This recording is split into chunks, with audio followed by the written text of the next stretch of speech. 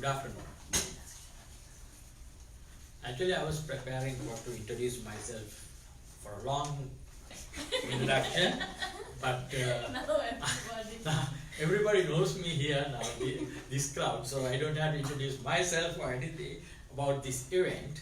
But only thing, I will take this opportunity to introduce Venerable Dr. Gangodevila Chandima, the resident Buddhist monk at Ottawa, Temple. He studied in Ashoka College, Colombo. After his secondary education, he joined the University of Jawaharlal and then 2008 he passed out from Jawaharlal University with honors, first class honors for Sanskrit and Buddhist philosophy. Then 2011 he came to BC, Vancouver, BC, where I met him during that time.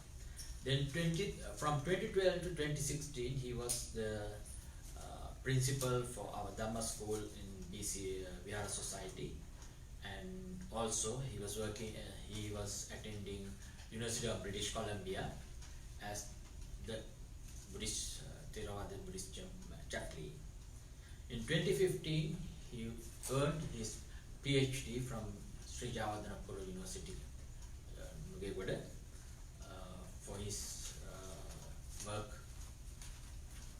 And then 2012, then later he Venerable Chandima Gangodevila moved to Victoria, University of Victoria, where he was he became a lecturer and a research fellow for at the Center of Studies in Religious and Society at UVic. And then after that he spent some time in Edmonton, Alberta, and at the moment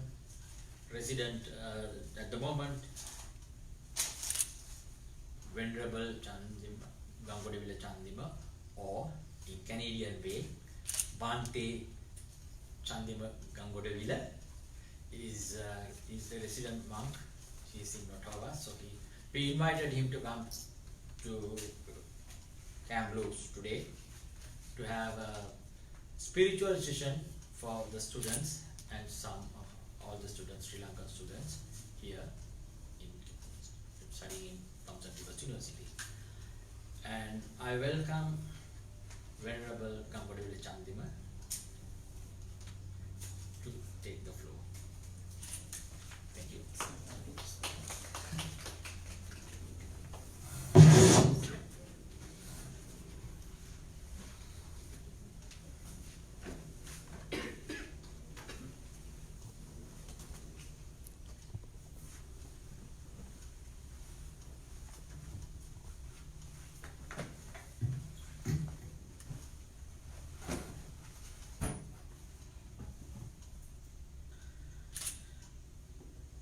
Good evening, everyone. Today, as you all know, that I'll be speaking about a topic. What's my topic?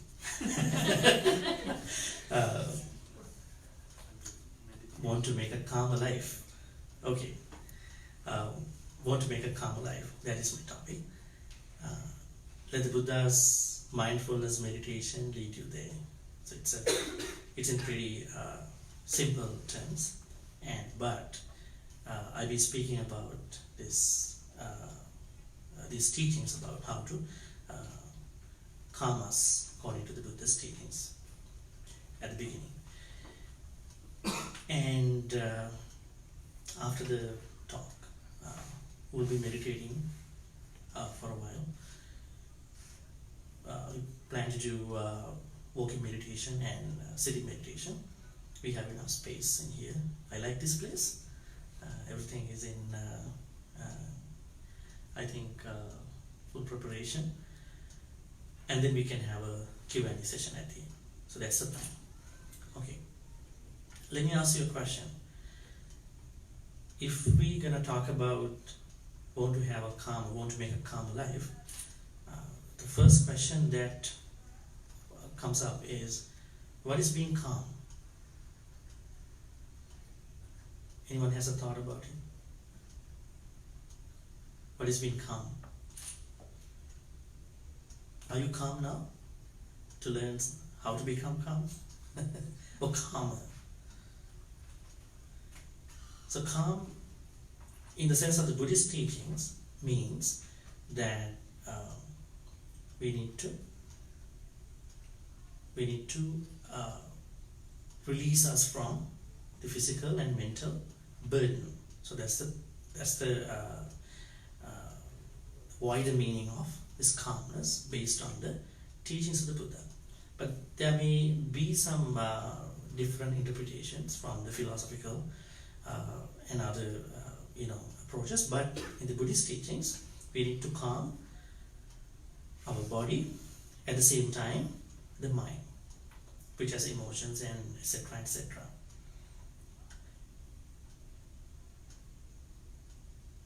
Being calm is completely connected to the meditation teachings. I would like to talk about the meditation techniques in the Buddhist teachings now. As you may know that there are two main meditations in the Buddhist teachings. The first being samatha, the other one being vipassana. Right? The samatha meditation, what is samatha? Samatha is to calm us, but then there is another meditation called vipassana. All they lead us to mindfulness. But samatha meditation existed even before the Buddha's time, whereby some ascetics, they could levitate, they could go through the walls, they could immerse, they could cross the borders without getting checked. They could do a lot of things. I mean, if they are to stay now, I think they're gonna breach a lot of legal places. Mm-hmm. So anyway, samatha was there even before the Buddha's time. But basically samatha means to calm us. So that is what we all need to do if we really concerned about being calm. Right? How can we do samatha meditation? How can we do the practice of calmness? Okay. The Buddha says, in order to become calm, we need to get rid of 5 hindrances. In Pali we call pancha nivarana. Right? Pancha nivarana is our challenge. Right?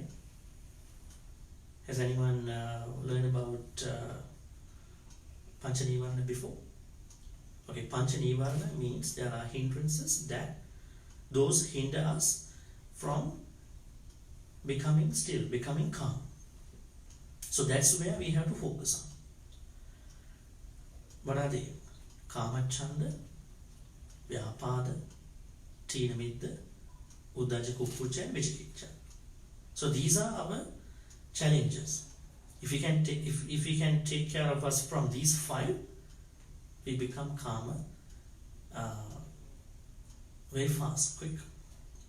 So Kama Chanda, Chanda means desire. Kama Chanda is sensual desire. How many sensual desires do we have? There are 6 types of sensual desires or pleasures. What are they? Seeing,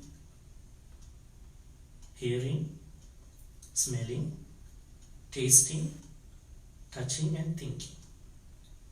I mean, these are the ways where we receive information, outside information, and then we feed us voluntary or involuntary. But this is where we get stuck in understanding the first hindrance. What do you think about the sensual pleasures that I just mentioned? Do you think that your sense faculties, from the Eastern perspective, they talk about sense faculties, but the Western perspective they talk about it's the role of the sense faculty. That's why they say seeing, hearing, touching, smelling, tasting and thinking. But the Eastern perspective, they talk about piece of eyes, piece of ears, nose, tongue, body and mind, and the mind. But usually in the Buddhist teachings we don't call the mind, because there is not one mind, there are minds. But in the English interpretation there is the mind. There we have to discuss something about it. So what do you think? Do your sense faculties take over you, or you have your own authority, you have your own management over your sense pleasures? What do you think about it? Depends on the sense. Depends on the sense, Because, but for example, smell, you can't control what's in the air and what you Mhm. smell, but you can control whether you touch something or not. I was not talking about the strength of the faculties, but in terms of the temptations that take us over. In terms of the temptations, what these sense faculties do to us. Let's say I know that I can smell something, if it is fragrant or not. But what if that I am so much tempted by something, a specific smell or a fragrance, and I can't help not smelling it because I'm taken away by a specific smell. So there is something we can talk about. It actually is related to all the senses, right? What about like piece of eyes? Are there places where you can't take care of your piece of eyes, or eyes take you over? Are there places in your life, situations, events where your ears take you over, or you can take over your sound? So what Buddha says to us is to increase your capacity of your spiritual strength of your sense desires or sensual pleasures. Otherwise they're going to take you over. That's the problem. So then it becomes a hindrance. That's where our calmness will be taken away. I think it makes sense. Do you have any idea about any stronger senses out of these six? Let's leave the last one, the mind. Out of the rest of the senses, have you ever found out that one sense is actually stronger than the other one? In the Buddhist teachings, there are different views. Some say piece of ears, it is stronger than the piece of eyes. One of the reasons is that you can hear the sounds from far away, but you can't see that person or an object. But somebody can argue that I go up in a mountain, I can see everything, I can hear everything, right? With an odd example. But usually, clinically speaking, the doctors also say the last thing to go away from our body when we die is the hearing. When we die, if we have a natural death, if we are supposed to die naturally, what they say is our eyes, they are already gone. We don't have a capacity to see things through our eyes. But doctors, she can hear. Just talk to that person. That means ears, they have a better capacity. But that doesn't mean that we only focus on the ears. But I am just telling you, there are some stronger senses in us. Okay? Anyway, so the first hindrance that we have to take care of us, because we want to be calmer, is the kama chanda. Under kama chanda, sensual desire, the first thing we have to be careful, supervise, is the piece of piece of eyes. The second, piece of ears.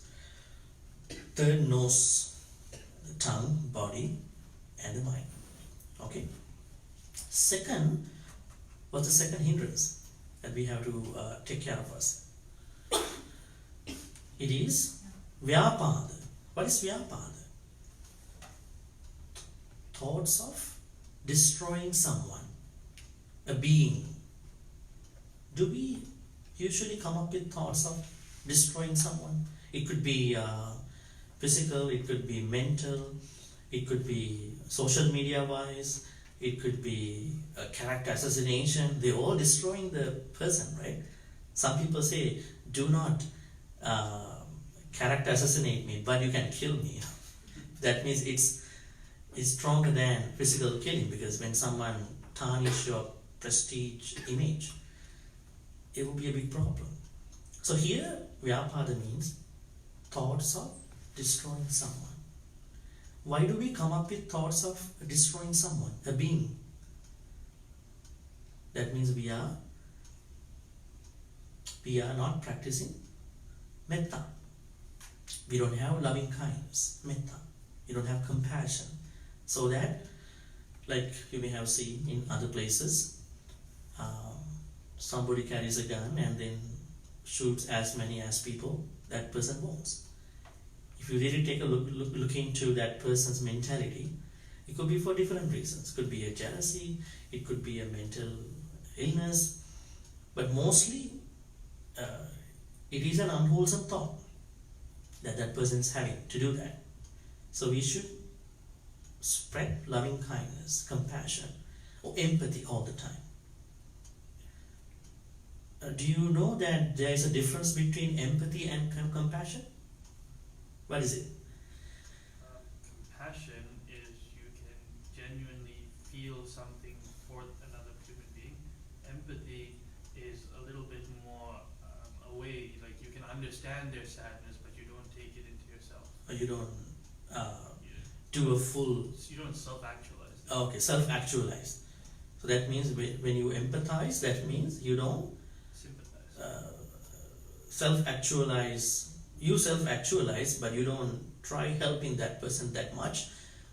Unlikely when you are compassionate. When you are compassionate, you're going to help that person out. There's no danger, no safety issue. So there's a difference. But that means at all times we can empathize individuals. Because if we understand there are some places where we can be compassionate that much for different reasons, but we can empathize. But then where is the place for loving kindness? So looks like loving kindness is a self-emanating thing, that you spread loving kindness to you and to your loved ones, and then you're going to end up with the all beings. But unfortunately, some people, they end up in a very bad state of mind. What is it? They think the reason why they start loving kindness from them or the loved ones is that they should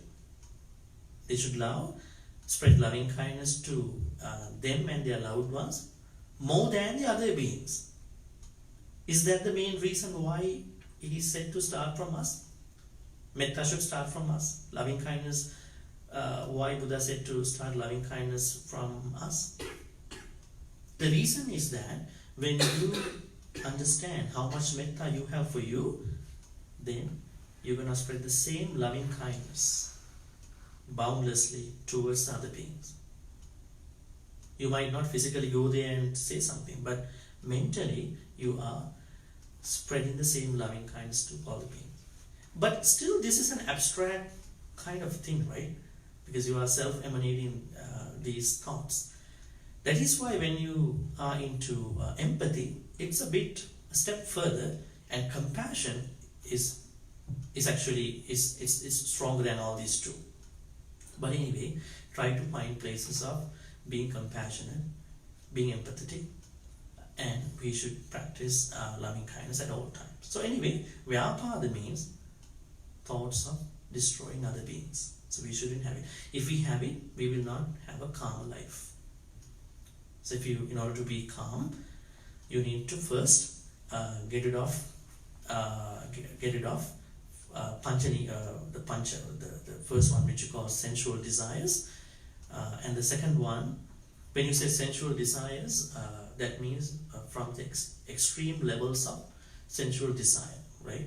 That doesn't mean you can't have sensual pleasures, but you know where you should end up, the moderation of all the pleasures. The second is vyapada, which you call thoughts of not having thoughts of destroying other beings. Third is tina and midda. What is tina and what is midda? Heaviness of the body and dullness of the mind. These are real issues for calmness. If you think your body is very heavy, very stiff, it's a big problem, impediment for the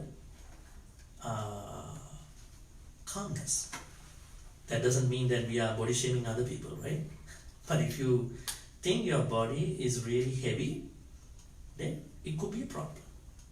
That's why now across the globe everyone wants to be slimmer, right? They want to cut down on some food, cut down on the fast food, eat the superfood, have a very healthy life, physical activity, need more physical activities. But that means heaviness of your body can be an impediment, hindrance to your spiritual calmness. Because when you have heaviness of your body, you are pretty lazy to do good things, right? You feel very lazy, lethargic. I don't want to do a good thing. I'm so sleepy. I'm so drowsy, right? So that means it can affect us. Dullness of the mind. When we are dull in our mind, it can be a problem too. Then you do not execute your full powers of your mind. It can be a problem. So when you let your mind to grow, and then your mind will take you to those exploration, transformation process. So then, if somebody doesn't do that, that means their mind could be dull. That's why heaviness of the body, dullness of the mind, sloth and torpor, we call them in simple English, could be a problem. So they are hindrances. It is a hindrance to a calmer life. And then uddhacha kukkucha. It's a dual form of like sloth and torpor. It's a dual type of hindrance. What is it? What is uddhacha? What is kukkucha? Uddhacha? Restlessness of our mind, right? What if our mind is very restless? Always, it doesn't seem resting. It wants to go wherever it wants. There is no supervision over our mind.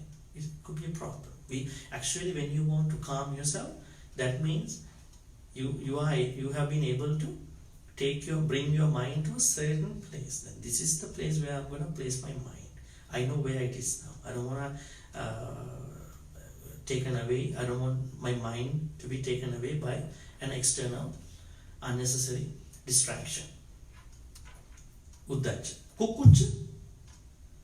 This is a big problem. Remorse or regret. What is being remorseful? Like worrying over the past things. Have we made good choices all the time in the past? As a percentage, what do you think? As a ratio, 2/3 of your decisions were good decisions or poor decisions? It depends. It depends, and it goes to a very personal level. If you're gonna talk about it, but anyway, Buddha says you can go to the past, learn the lessons out of the past, but do not dwell in that past. Why is it? If you're gonna dwell in the past, it doesn't make sense, because the past is already gone. Past is already gone. What about the people who always planning ahead, not even planning ahead about the future, but also they are going to live in the future? Is it something make sense? It might not be, because the future has yet to come. Go to the future, plan ahead, but do not dwell in the future. That is where we have this very nice topic now across the globe, and it was a big topic in the world. Right now, dwell in the right now. But that doesn't mean you completely forget about the past, no, the future. The only thing is that you do not dwell in either places, but you take all the good lessons out of your past and for the future. But for those who cannot distinguish this thing, what will happen to them when they think about a past thing, they're gonna dwell in the past, unfortunately, for long hours. The whole day they are struggling with the past. At a time they should need to know that you can change your past. So remorse. I think animals also have remorse, right? When they do a bad thing, some animals, they show that. When they destroy some things, they feel that they did it. So it's kind of a very sensible thing. So anyway, remorse or regret. Buddha says, you can go to the past or the future, but do not dwell. If you're gonna dwell in there, then you have the remorse, you have the regret. It is also a hindrance. If you take a look at many people and what they're doing the whole day, most of them live in the past. Can they be calm ever? They will never be calm because they are struggling with the past or the future. What will happen to me? It's so unpredictable. Future is unpredictable. That is why the future is very awesome, right? When you don't know what's going to happen. What if an astrologer is to tell you, okay, this is the day that you're going to die, you have this many days left, this is the day your mom and dad are going to die, and you feel like really freaked out, right? That means you shouldn't know your future. Or you should know it. It has It's helpful for planning purposes. Yeah, it has the pros and cons, but for the most part, it can be a big problem to many. Sometimes it's a good thing, but most of the time, it could be a very painful feeling for many, right? That is why the future is awesome. Future because you don't know, but you are doing your best. So that's something interesting. So restlessness of your mind and then remorse or regret. The last hindrance is vicikiccha, doubts. Are you going through a doubt? Do many people deal with doubt on a daily basis? Is it a big problem to many? Why they are doubtful? What do you think? Insecurities. Not insecurities. Is it a big problem nowadays? Yes, trust and cheating. Right? With the cutting edge technology now, people can communicate very fast. It was not the situation sometimes back. People had less chances to get connected in a moment of time. But nowadays, communication is a second away, right? Is a minute away. It won't take that much time. But some people, they don't know the flip side of the advantage of this cutting edge technology. They may sometimes involuntarily misuse it. That is why new doubts are building up. Old doubts have been reformed and becoming different. So then, with the new things that we are dealing with, we need to look at the way how we trust people differently, right? Otherwise, if you're going to use the same doubt you had sometimes back, people will be really uncomfortable, right? Now, if you can take a look at our trust, Buddha always says, trust is the saddhida vittam purisasa settam, the best, the greatest wealth one can ever have is trust, right? If you think you are not trusted by other people that you are with, it could be a big problem, right? Your words are not trusted, your activities, your behavior, your thoughts are not trusted, right? Anyway, so doubts can be really destroying your calmness, take away your calmness. Now you can understand the main reason why Buddha said to get away from the 5 hindrances is to become calm. So that's a mandatory thing. So now what you need to understand is that you need to supervise your sensual pleasures It doesn't mean that you have to please yourself to this extent or not. It is different from one individual to the other individual. And then Vyapada means not having thoughts of destroying other people. You have to be very careful. If such a thought pops up and you understand it, you just let it go. Right? And then Tina Nidda is heaviness of your body, and you work on your body not to make it heavy, stiff. And you work on your mind not to make it dull. Make it very fresh, make it very welcoming for the wholesome thoughts. And then restlessness of your mind, you're trying to make your mind relax, at the same time not being remorseful about the past or the future, and then the doubts. So these are the main 5 things that we have to be very careful if we really want to be calmer in the Buddhist perspective. Now, I understand that these 5 are good things for us to understand why we are not calm at different times. If you think you are not calm at different times, in your case, if you are studying, then if you don't feel that you don't have this peace of mind or calmness, then you may have to figure out these 5 again, right? Samatha is calmness. And when you are calm, then what will happen to you? You can go to vipassana. Vipassana means you will go to insight. That is what Buddha says. What is insight? Objectivity thinking. Right? Now, we are supposed to see things as they are. But unfortunately, what happens to us is we are seeing things as we are. Not as they are, as we are. That is why in the New Age, the Insight Mindfulness Society in the States, they are presenting a nice methodology taken from the Buddhist perspective. They use the acronym called RAIN, R-A-I-N, not the physical rainbow, technically. This is a methodology that you can use at all times to keep you calm. Let's take a look at it. R stands for recognizing your emotional turbulence, roller coaster.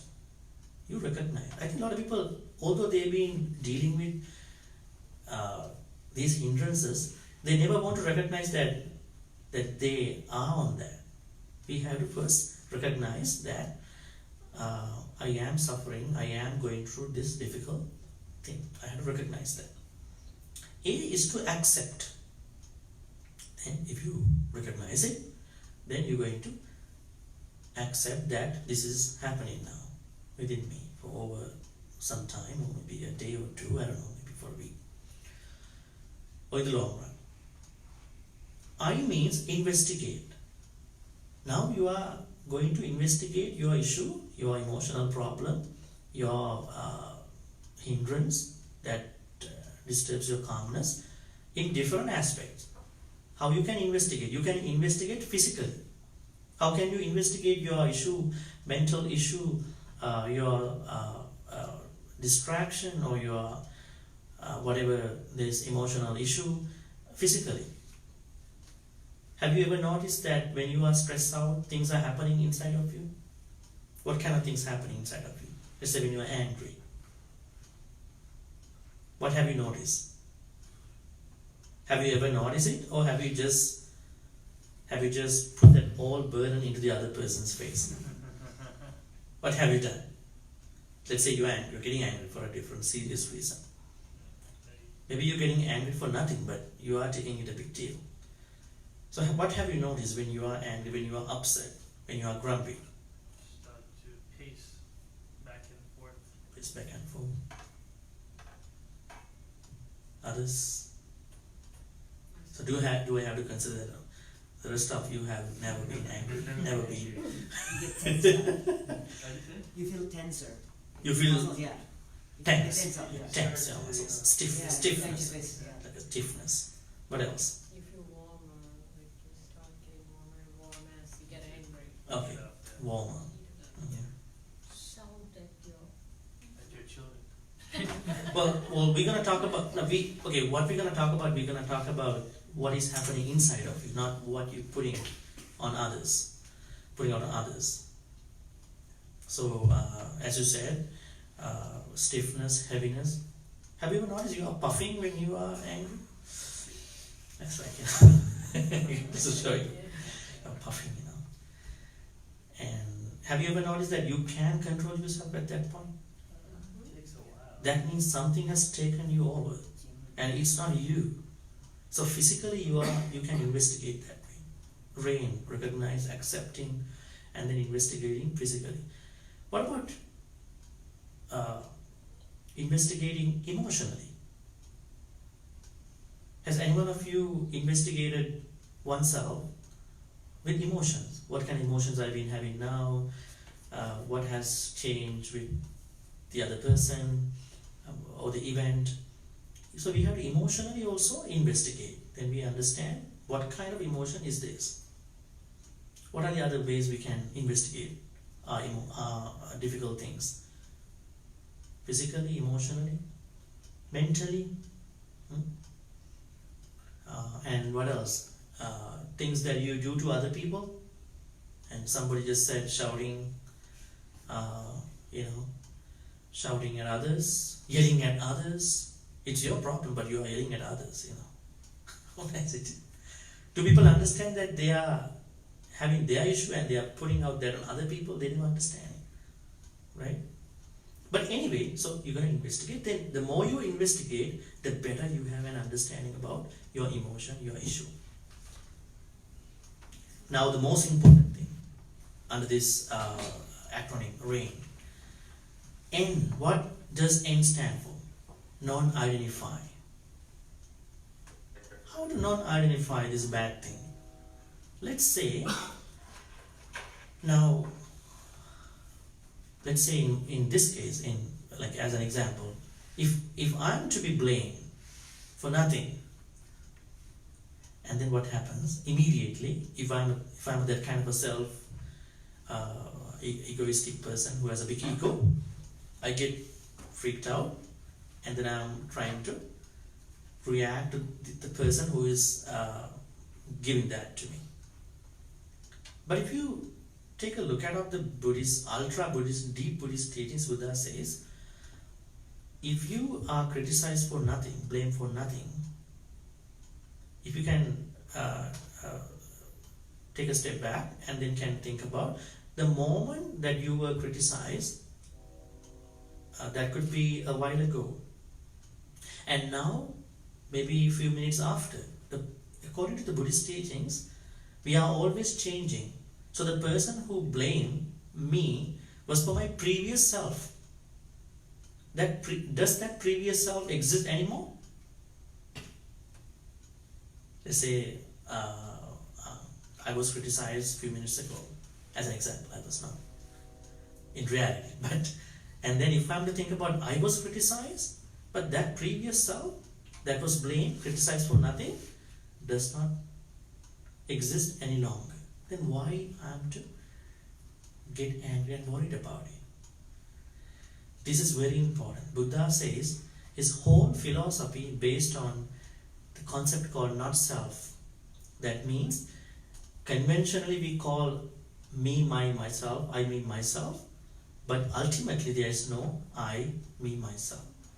So conventionally you understand the blame, criticism, but ultimately you understand there is no I, me, myself. I don't care about it.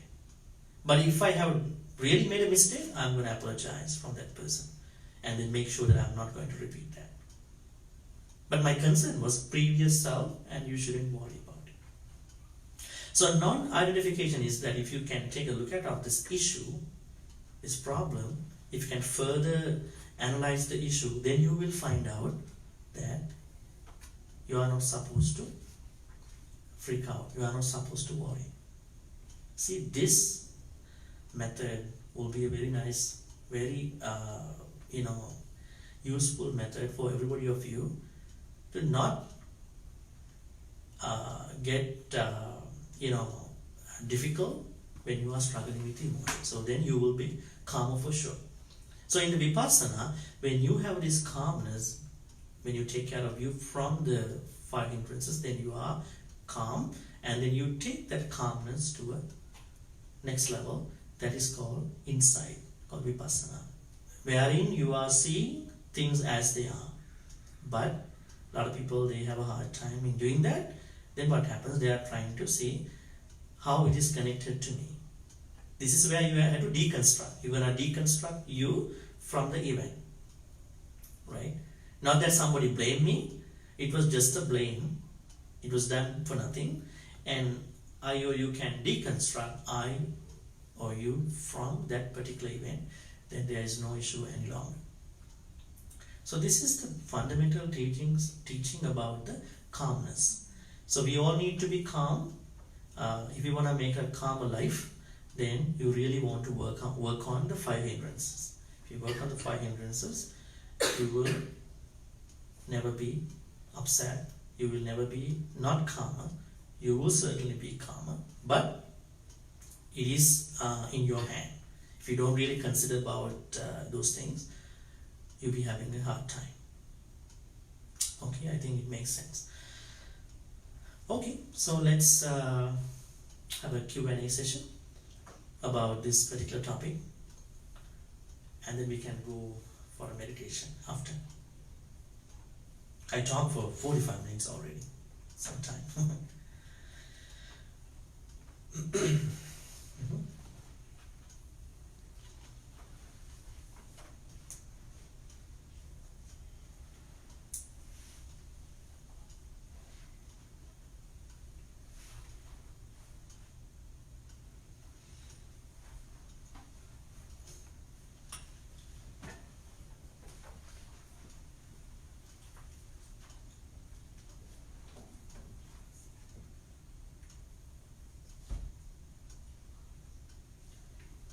Someone wants to, Here's a question. yeah, please. No, don't worry. No worry, you can ask us. That may be, that means you are calmer. No. For those folks who were not here at the beginning of our talk, we were talking about calmness and the Buddhist teachings about being calm. And I was telling them there are 5 hindrances that that bother us from becoming calmer. They are excessive desires for sensual pleasures, thoughts of destroying other beings, sloth and torpor, which means heaviness of the body and dullness of the mind, and restlessness of your mind and the remorse. The last is doubts, insecurities. Any questions about why we are not getting calmer and what is this particular list and how we can work on these 5? As the university students, all of you,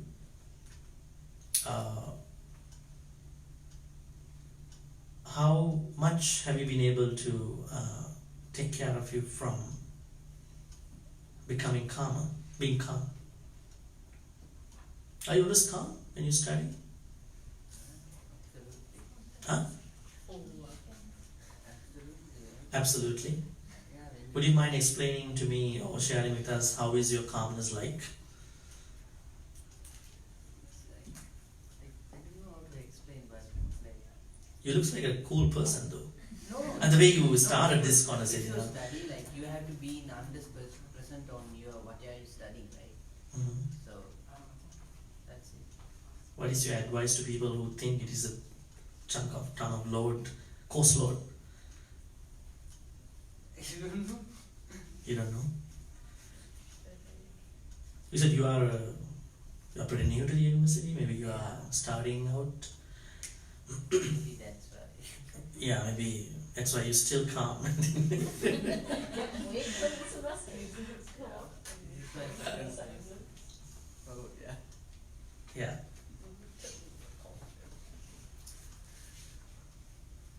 Yeah. Share your experience with us. What is being calm to you?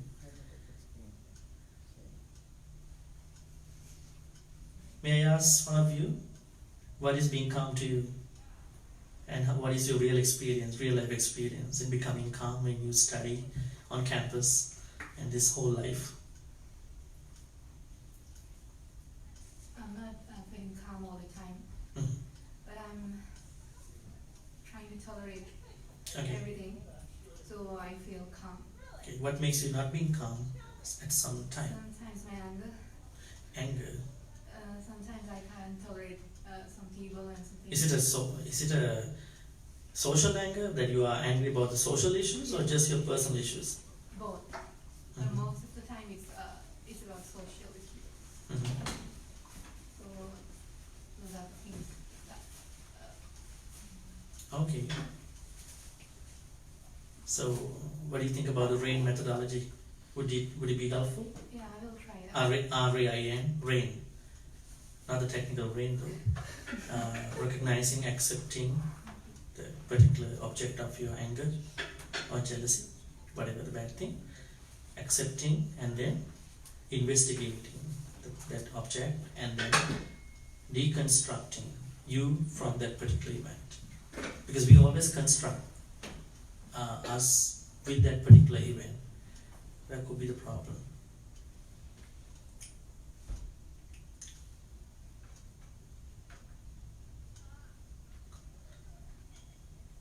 For the new folks who just came, I have to repeat now. New folks are coming in, coming in each meeting. We were talking about how to make us calmer. So Buddha says we are not calm because we are not taking care of us with 5 hindrances, pancha nivarana. So pancha nivarana is our challenge. So if we can take care of us from pancha nivarana, then we will be calmer. In a split second, what are they? Excessive desires for sense pleasures. Sense pleasures are okay, but if you don't know your boundary, you'll be in trouble. Has that happened to you? Have you ever felt that you did not understand your boundary when you are entertaining yourself, pleasing yourself? That's something. Excessive desire, where you are going beyond your limits. But that limit, I don't know, it depends on each one to the other one. It depends. But you should know where is your boundaries. And the second thing that we talked about, the nivarana, that really bothers us is having thoughts of destroying other beings. Whenever we don't like someone, whenever we don't like a concept, whenever we find people who are disagreeing with us, the foolish people, the dull people, what they just bring up with, they come up with destroying the other beings, which is not a wholesome thing, and that will really bother us. Third is it's about the nature of your mind, where you voluntary or involuntary medit your mind. It is heaviness of your body and the dullness of your mind. So you have to make your body always simple and then movable, pretty simple, and the mind should be very energetic all the time for the good things. If your mind is not energetic, if your mind doesn't have enough strength, then what happens? It will stick to the unwholesome things. It's not a very big deal if you know that is common sense. And then restlessness of your mind. If you feel your mind is always running around, it's a problem. We have to do something for that, right? That's why some people cannot focus on anything, almost anything. So we have to bring our mind to a place where we want it to be, not what it wants to be or where it wants to be. That is where we are struggling in becoming calm or calmer. So restlessness of your mind and remorse. It's a big problem too. Go to the past, learn the lessons out of it, but do not dwell in the past. Go to the future, just plan ahead, but do not dwell in the future. They both are extreme ends. Learn the lessons, plan ahead, but live in the right now. The last one we talk about, doubts. I think it's a big problem to many.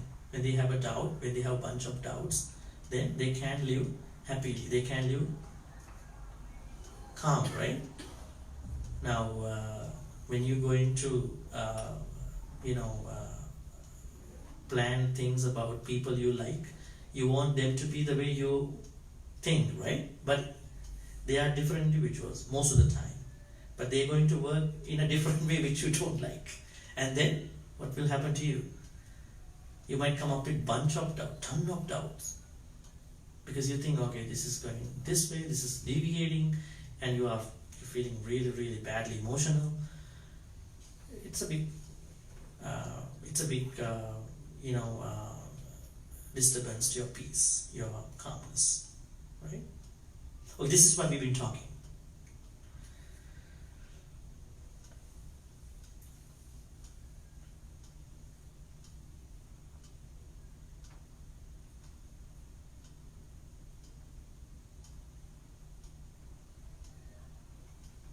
Yeah.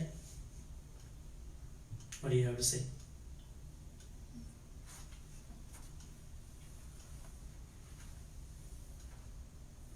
Happy faces show that they are more calm, right?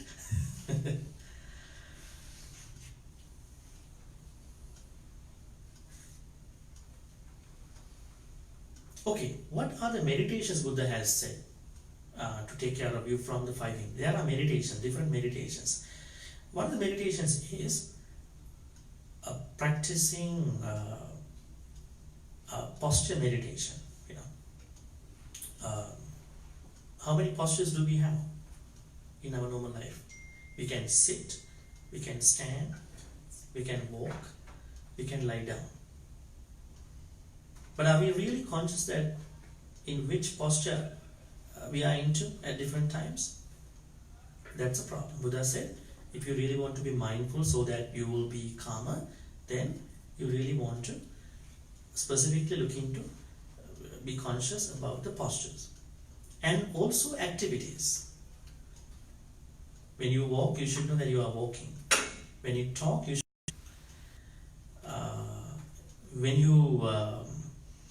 Even when you are silent for a reason. Have you been silent for different reasons in your life? Then also you need to be mindful that you know that why you are silent now. Right? When you are stretching out your limbs, hands or whatever, you know that you are stretching out. When you are flexing, you know that you are flexing. But a lot of people, do they know that what they do? They just stretch out and they don't know what they did. They are not mindful. That is a big problem for calmness. Because when you know that what you are doing, you can be calmer, faster. The Buddha has said that. When you are eating, you know that you are eating. Do many people know what they are doing when they're eating? They would like to chat, watching the movies and gossiping, idle chatting. And that won't help digesting your food even, right? There's a saying, if you know what you are doing, that particular activity will be smoother. Right? So then posture mindfulness and activity mindfulness, they all are leading you to help you out to take care of you from the 5 hindrances. Food also is also a big problem. Buddha said, if someone can really pay attention to the food, as we talked about yesterday, it's a big issue nowadays, that will also help you out to be calmer. What happens when you eat too much? The day that you eat too much, a lot of food, so much tempted, right? Then what happens? You feel like you need to eat all these, try all these, right? Even the people who are, around say you should need to, try all this food. But you never know where is your boundary, where you're eating too much. And you're becoming like this, and you never know where you are going, you are taking your body. What about if you eat too less? Is it a problem? You don't eat enough, with enough nutriments. What can happen to you? It is also a problem. There are two ends: eating too less, eating too much. Buddha said, eat in balance, eat in moderation. One day, when the king Kosala came to see the Buddha, he could not sit properly. He was like wobbling and then like moving all the time. Buddha asked, why? What's going on? He said, today I ate too much. And then Buddha said, Chattaro pancha alupe abutva udakam pive. Dear the king, when you eat, don't fill your tummy completely. Leave few morsels of food. Drink water instead. That means we should not fill our tummy with the food. We have to space out and then leave some space for the water. But now there another question arises. What is that? Each one's tummy is different. But each one should know, where is my space for the water? Because of why? When you are drowsy, then it is easy for you to get stuck with the defilement, get stuck with the bad emotions. When you are drowsy, you are always tempted. You will do the bad things easily. When you eat in moderation, you are really strong, energetic, you know what not to do and what to do. That means food habits, eating style or food habits, they are also bigger parts of becoming calmer. Is it a big thing to many in this world? It could be. So in order to be calm or becoming calmer, we need to pay attention to our food as well. Intake of food, what food, how we eat, how often we eat, or do we have specific cravings for different food? Because people all the time talk about cravings for the life, not talk about the cravings for the food. That is also a big thing in terms of becoming calm. So now I have told you the 5 hindrances are the impediments or setbacks in our life in becoming calmer, and you can do some of the meditation. Some of the meditation can be done in different ways. There are different ways you can do it. You can use posture mindfulness or activity mindfulness, or you can pay attention to your food intake. There are other things too, but I didn't want to talk all that.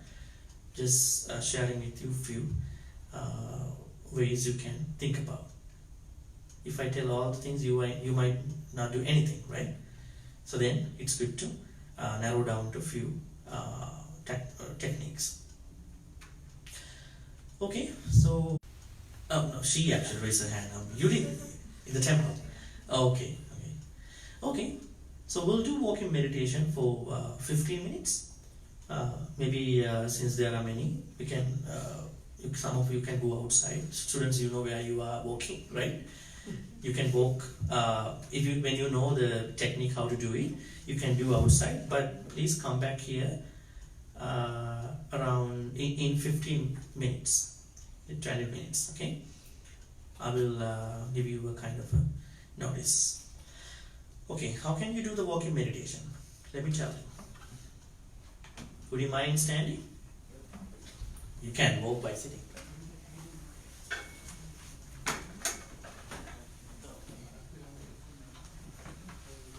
So we have to first find a path, a walking path. In my case, let's say I walk this distance, then I have to keep my back straight. And then some people do like this, some people do like this, but it's good to do like this, as this could be your first time, most of you. And then you're gonna look ahead, your path, and then slowly walking. When you're walking, you know what you're doing. Perhaps you might not know, because when you walk, you never pay attention to what's happening with your legs and feet, right? In this way, you are lifting your foot. Don't be that slow. Let's do a demonstration. And then you are moving, putting down, pressing down, and the other foot. So this is what is happening, right? And you are slowly walking. Not too slow, not too fast. Okay, so please do your own walking meditation. Maybe some of you can stay here, some of you can go outside and do it.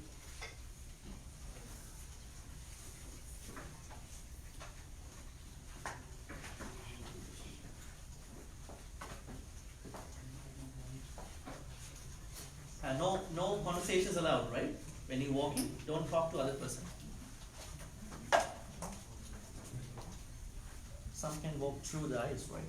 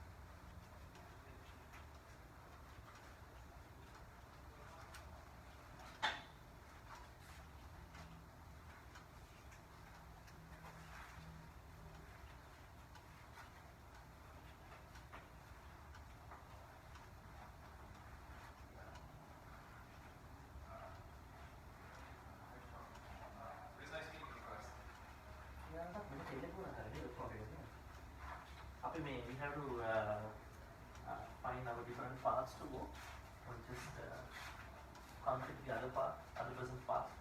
Just find your eyes.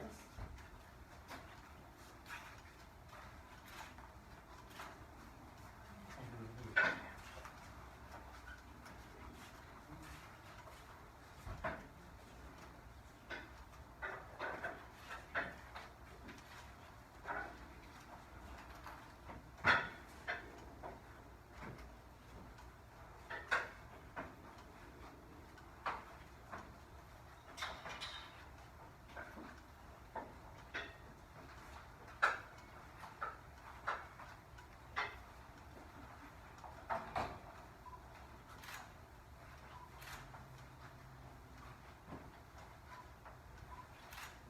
In the walking meditation, you are not looking at others, huh? And you just recognize someone is on your path and just try to walk without disturbing them.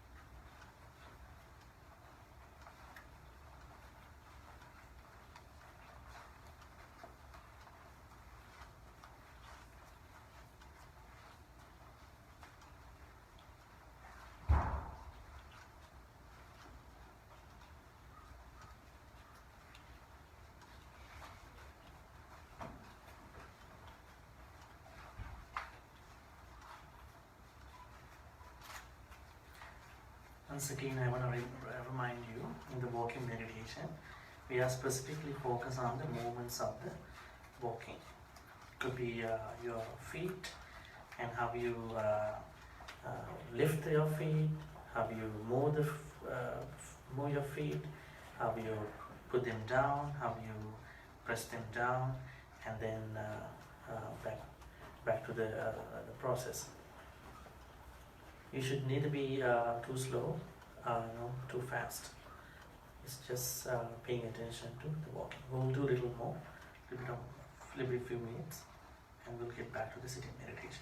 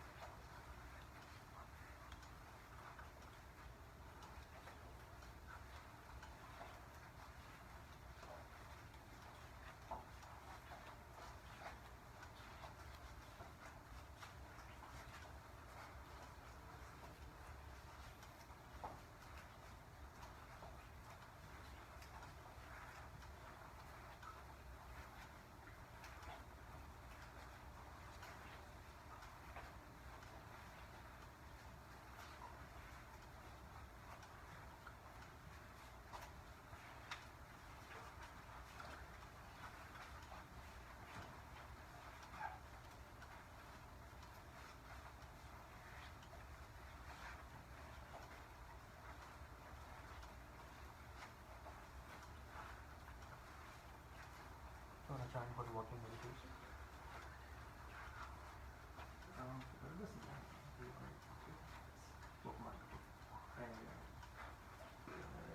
If you want to do it,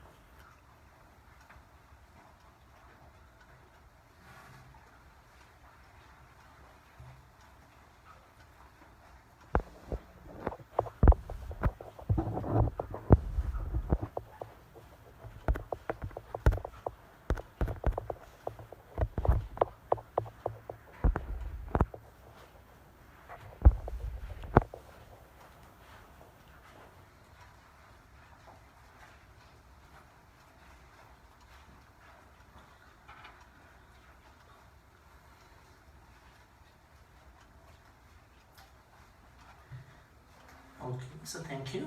please get back to your chairs for the sitting meditation.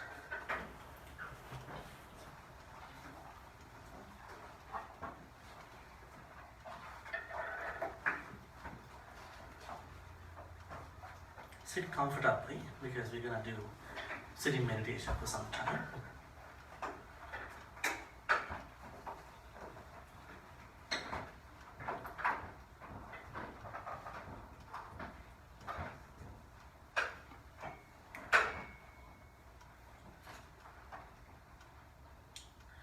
Okay, so we're going to do the breath meditation as we did yesterday.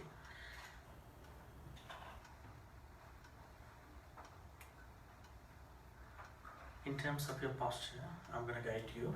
It's good to keep your eyes closed. But if you think that you doze off, then you need to keep your eyes open. It depends on different individuals. But in our case, we would like to ask you to keep your eyes closed. Then you have a better chance of watching your breaths. Okay.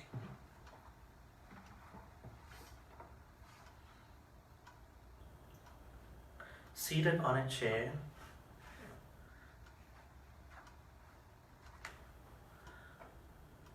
keep your eyes closed. Keep your back upright, but not too tight. That means do not lean onto your chest that much. Hands resting wherever they are comfortable. Tongue on the roof of your mouth, wherever it's comfortable.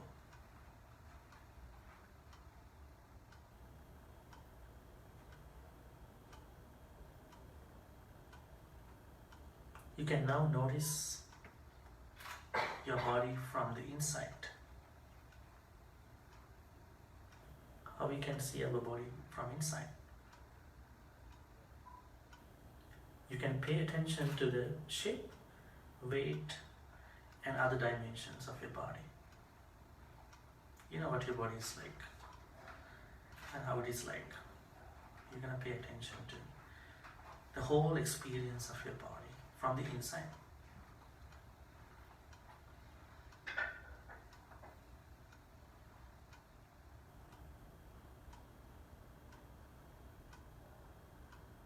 After noticing your body from the inside, the next thing we're going to do is to pay attention to the connection our body has. In this case, you are seated. You're going to pay attention to the chair and your body, how your body is lied on the chair.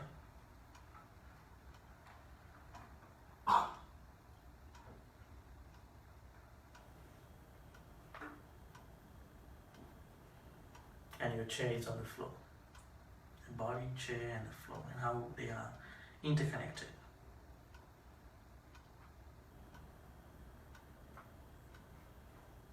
When you notice your body from the inside, as well as when you become more curious and then finding the connection between your body and the other objects, the next thing to do is to relax the body. At this time, because we are still not in the breath meditation, you may take an exaggerated breath because it can help you out to relax your body. But after the starting of the breath meditation, you can't do that. You just watch your breath. We relax our body for tension and tightness. If you see any place in your body for tension or tightness, it's time to relax those places.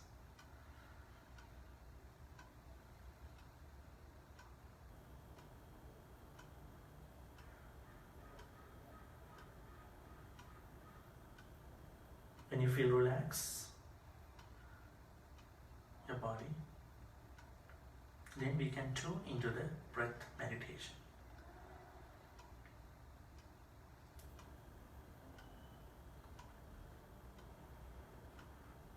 Feel the natural flow of your breath in and out. You don't have to do anything. Not long, not short, just natural. You just watch your natural breaths. It could be long, it could be short, it could be a mixture of them.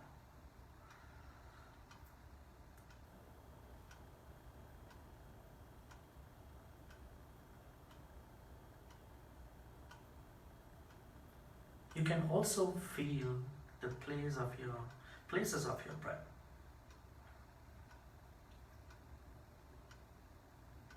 It might be your abdomen, or chest, or maybe nostrils, or the upper lip or the lower lip. Wherever you feel your breath in different places,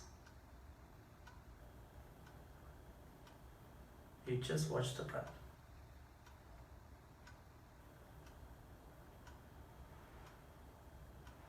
One breath at a time. You can't watch two breaths at a time. You just watch one breath at a time. When one breath ends, the next breath begins.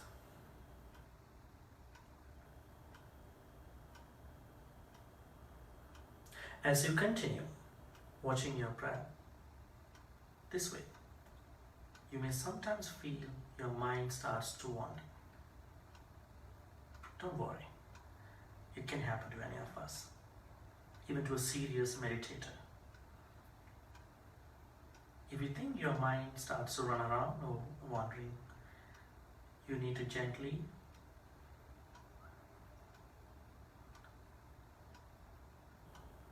redirect your mind back to the focus on the breath, watching the breath.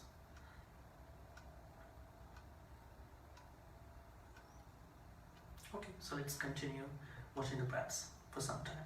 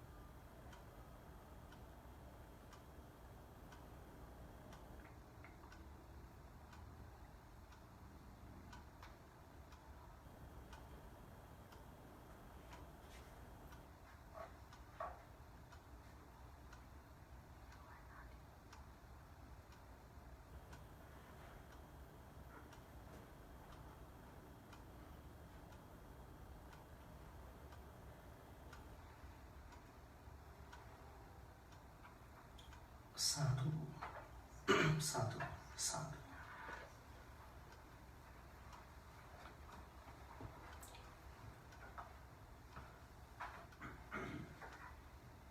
Are you able to watch your breath? Or did you feel that your mind was running around? So usually in my students' retreats, I ask, would you care to come forward and to the stage, share your experience with other people in the audience?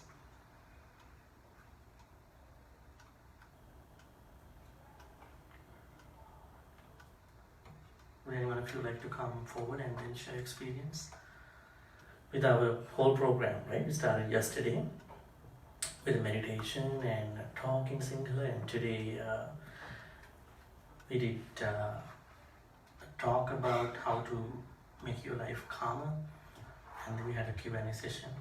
Probably you can have another session, we have time, limit of time, and the 2 meditations we did. I think some of you may have done the walking meditation for the first time in their life, I guess. No wonder, right? Some of you. Yeah, so would someone care to come forward and then share the experience? Do you have some insights?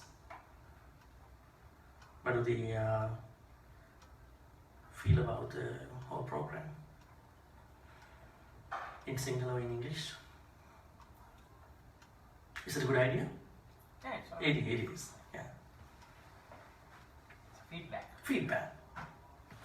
Not like you're gonna seriously feedback the whole thing, but you just make everybody enlightened, with what you had. Come forward and then share your experience. Yeah. So today was the day I discovered there was such a thing as a walking meditation. Mhm. But funnily enough, I think that's something I've been doing on my own without realizing it. Whenever I need to, my wife says carpet pays the price of me walking around in circles. Mhm. So I think it's something I've done, and I think it helps clear the mind, gives the body something to do. I prefer it over the stationary meditation because then sometimes I feel I don't know what to do with my arms, my legs, things like that. Mhm.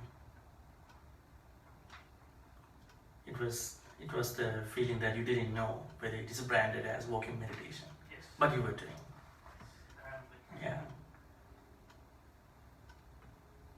It's a good thing. But how did you do it? You were just, I would. how did you I would. identify that when you were doing, without knowing this thing today? How did you brand it? Well, it's about focus. So I noticed that I usually do it when I'm stressed or I have something in my mind. Okay. And so I try and focus on my problem, but not from a emotional point of view, from a logical point of view. Mhm. And I end up walking quite often in circles until my mind becomes calm and I understand what I need to do now for the next step. It's not about emptying the mind for me, Mhm. because my mind is very fast working. I don't think I can ever empty it, Mhm. but it's about making sure it's focused. But you're not someone who is actually walking while talking on the phone. Yes, I am that person. Yeah. I guess. Yes. There are people who can't talk like just staying at one place. They're gonna go around the whole room, whole house. You like that? Oh, okay. Because they feel like the more they walk, the better they have a good subject of talking to the other person. But anyway, I'm somebody like that. see, a lot of people identifying themselves. I get it from him. Okay, but I think there is a flip side too, because you are putting more energy to the conversation by walking.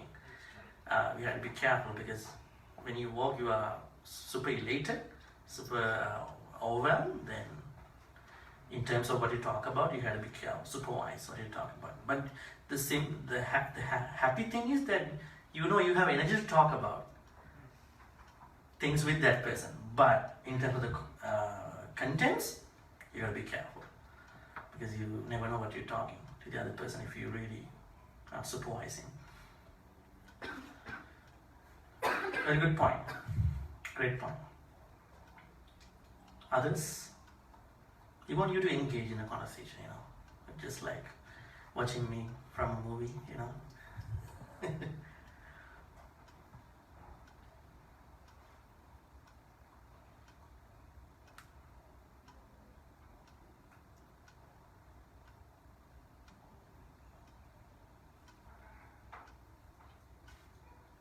Feel free to talk.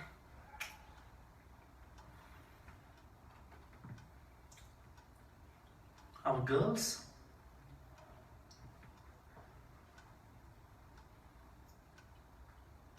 boys, everybody.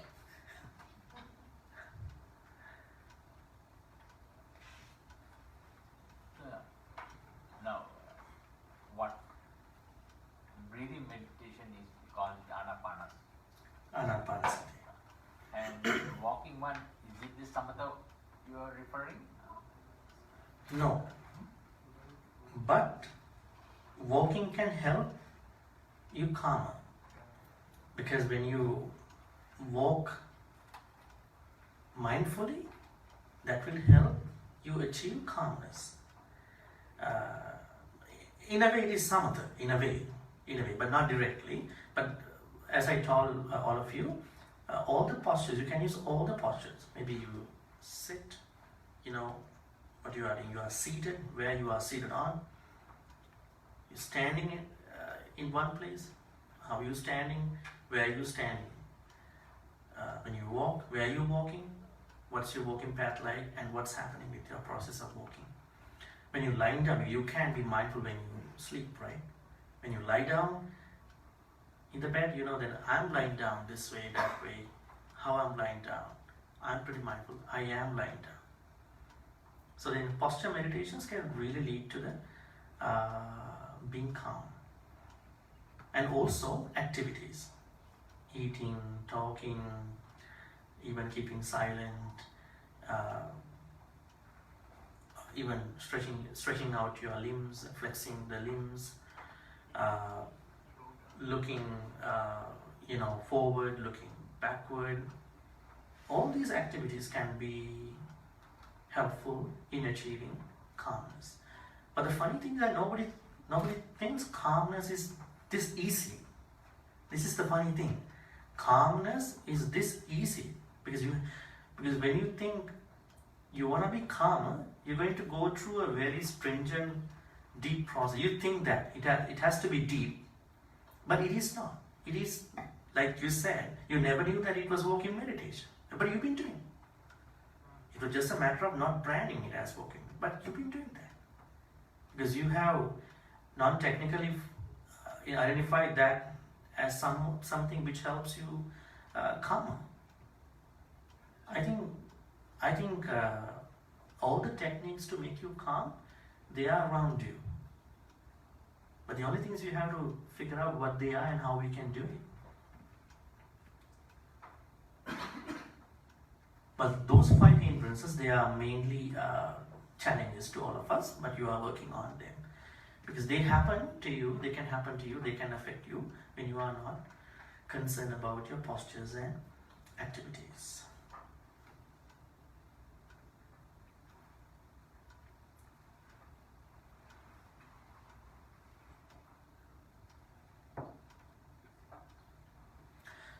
May I ask you a question? How many of you meditate on a daily basis? I asked the same question yesterday, but there was not a good response. But I'm just asking because today it was kind of a public type of event. How many of you meditate? But like in your case, you've been meditating, but you never knew that. How many others been doing the same thing, or maybe they've been doing conscious that this is meditation, or this is not meditation, but you've been doing the same thing? There's one person. You have to self-identify who you are, in terms of meditation. Is a meditation a very good thing for your life on a daily basis? Or is it something you think you want to do in a temple, monastery, in a specific context, like a ritual type of thing? No, it should be a daily thing. What would be a good time to meditate? Huh? Evening.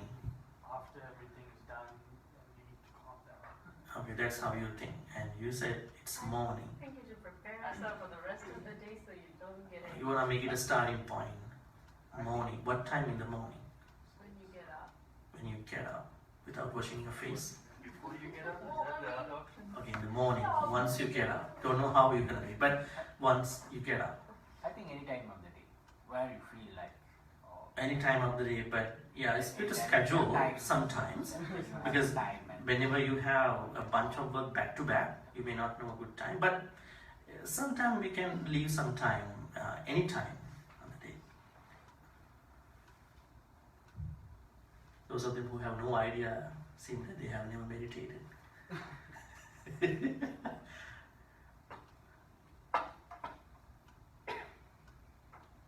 Somebody said emptying the mind. Who said that?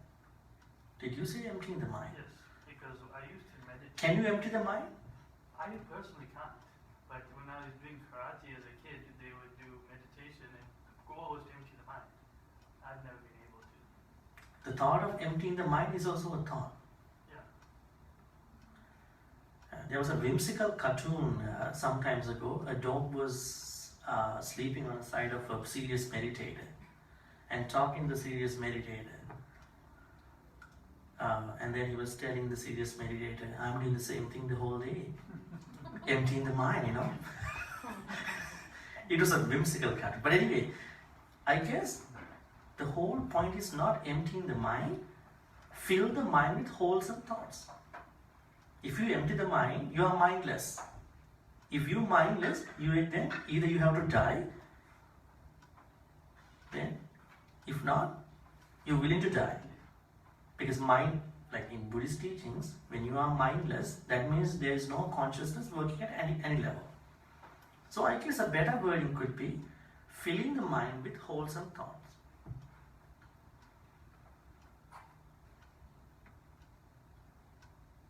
Otherwise, it's just a matter of a dog work, emptying the mind whole day, just lying down, looking at other people, you know, sleeping. So, filling the mind with wholesome thoughts. What are the wholesome thoughts? Non-greed, non-hatred, and non-delusion. If you come up with any thought out of these three, you have wholesome thoughts. You are filling them.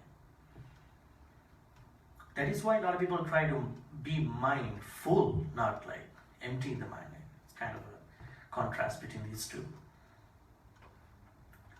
But there is another gray area where people are too mindful about things. Have you found out yourself to be too mindful? Yeah, overconfident about you.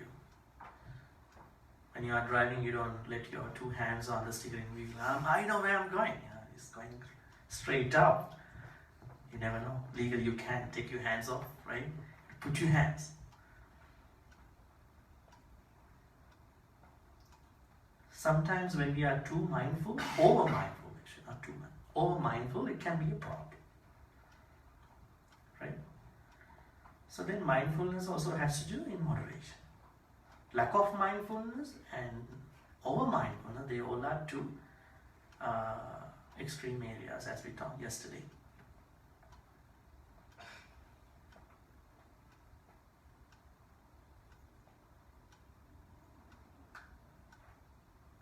Okay, so a lot of people say morning could be a good time once they wake up, because they are not exposed to a lot of things the day. Some people say at night they feel very tired after work and they want to sleep. But in your case, it could be a good idea to do at night. And as you said, it can be at any time. Anytime you can. Actually, we should be able to be mindful at any time, whenever we want. Sometimes it could be wrong interpreting. We should be able to be mindful all the time, you know. Otherwise, you might think we are unmindful for the whole day, and we're going to be mindful whenever we want.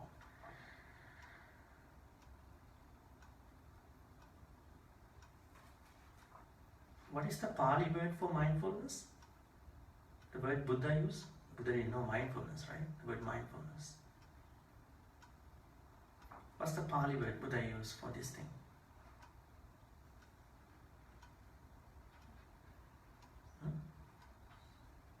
Sati. Sati is the Pali word. Sati is bear attention. But in Sinhala we have a better word. We call Sihiyen Vadaka. But some wise people say Sihi Nuwaning, Sihi Buddhiyen Vadaka. Have you heard that word? Work with both mindfulness, bear attention, and Sihi Buddhi. Wisdom. Because bare attention alone doesn't make any sense. We need to know why we are mindful. For otherwise we just be focused, attentive about something, but we never know why we are focused on. So both Sati and Sampajanya, we call it Sampajanya, they both have to work in tandem. Otherwise, bare attention alone doesn't make any sense. Okay? So that means you can do your breath meditation early morning. Everybody can do at least 5 minutes. Good for you. And you can also do the walking meditation whenever you can. How can you do the eating meditation? You eat mindfully, with less talking. Not like today. Today was a gathering, but in your normal life, you eating specifically focus on how you eat, what you eat, and then they say it helps the digestion. Talking, you have to be really mindful when you talk. A lot of people hurt other people. A lot of people. Sometimes even when you go to talk good things, that also can affect other people bad. Why is it? They never know even the good things, how good things affect other people really bad.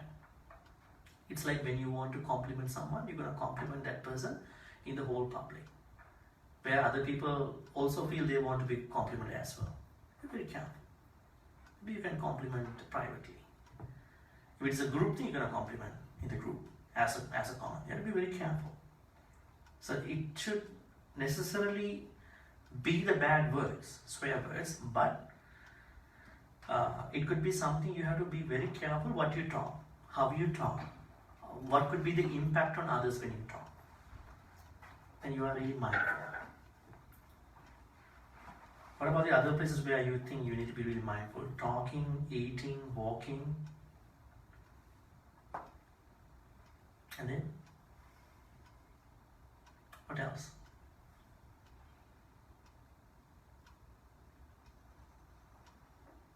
Caring other people? Do we care other people? Or do you have this one word called I don't care anybody? I don't care. To some people it's a really bad word, I don't care. The only thing they say, they don't care about you. The Buddha said we have to care about everybody, but in a better way. Respect everybody. Without putting us in danger, but we care everybody. We want to respect. Without respecting, we can expect respect back from those people, right? So caring, we have to be really mindful.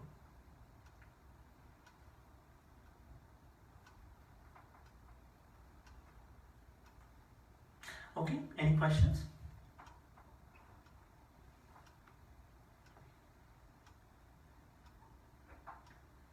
What are the other meditations that we can do apart from breathing meditation? Very good.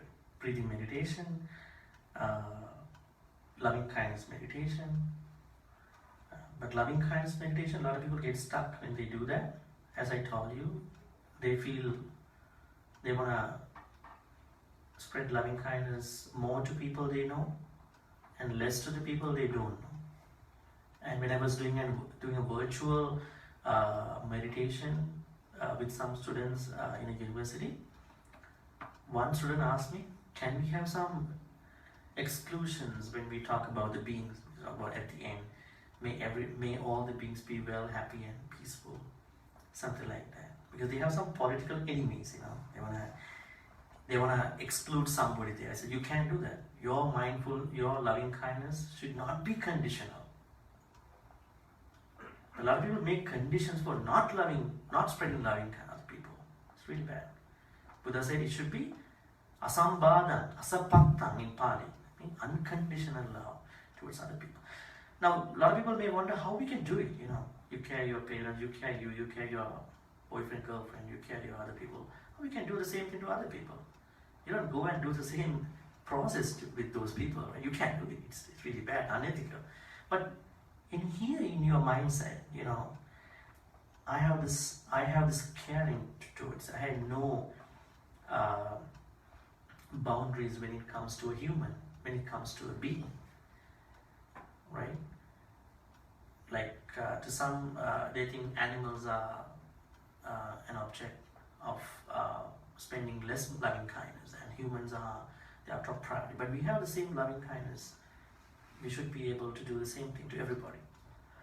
Loving kindness meditation, walking meditation, and posture meditations. There are 4 posture meditations. Activity type meditations, eating, talking, and all the other activities. As I told you, stretching out, flexing, and your moods, keeping silent, and all these can be meditation. And also, you can meditate on your virtues. Let's say you are a generous person. You are a very good person to others. We can reflect upon the good things you've been doing so far. That will make you really calm. Or the other day I was helping out this person. I'm really happy about it. Can you be happy the same way when you do a bad thing, when you mean to someone? The other day I was shouting, yelling at the other person. I'm so happy today, because I was yelling at the other. Can you be happy the same way? I don't think so. Because when you are doing a lot of good things, you can reflect upon. They themselves become the object of the meditation. I think that's a good way of practicing meditation before going to the breath meditation and loving kindness. Because you know what you did. And then that will help you to become a better person too. You've been generous, you've been caring, respecting,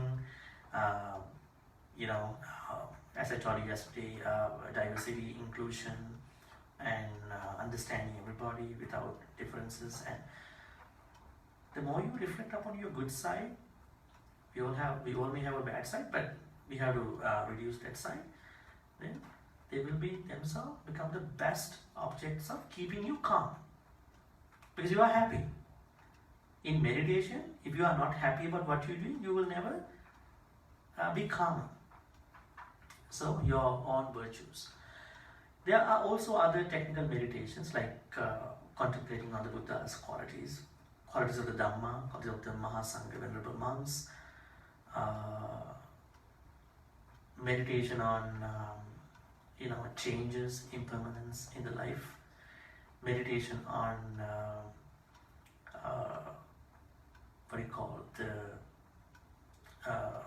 death. To some other people, when someone dies, we understand the same death will come to us. What it matters is we don't know when, how it will come to us, but we die, right? So there are different types of meditations, but you have to find out what will best suit you. Some say it's good to approach a teacher without going too deep in the meditation. Breath meditation, loving kindness, and your own virtues one, they are pretty generic. But for other meditations, I don't think you have to start just on yourself. It's good to approach a teacher that you feel comfortable, who can know who you are. Because in the meditation techniques practices, they say there are 6 characters meditational teachers identify. There is a character called extremely, passionate. This character is prescribed a different meditation. How to spot that character? Always doing things in a very passionate way, overly passionate way. That person has more greed, more raga actually. First character. Second called a temperament. Second temperament called angry temperament, always getting angry, even at a small thing. Right? I know a guy back in that place, when they meditate, I know that he taught me that when there was an emergency vehicle going on the road, he gets really freaked out. This vehicle broke my concentration today, my meditation. How come? It's not the vehicle that broke your meditation, it's you. You could not manage yourself. Don't blame other people. Don't blame the objects outside. It's you. You can't control yourself. You can't manage yourself. Find out different ways to be, how to be, keeping you calm in trouble. A lot of people can keep calm themselves when things are going really good. But the same person cannot calm themselves when things not going good. That's where we have to really practice meditation. Angry temperament.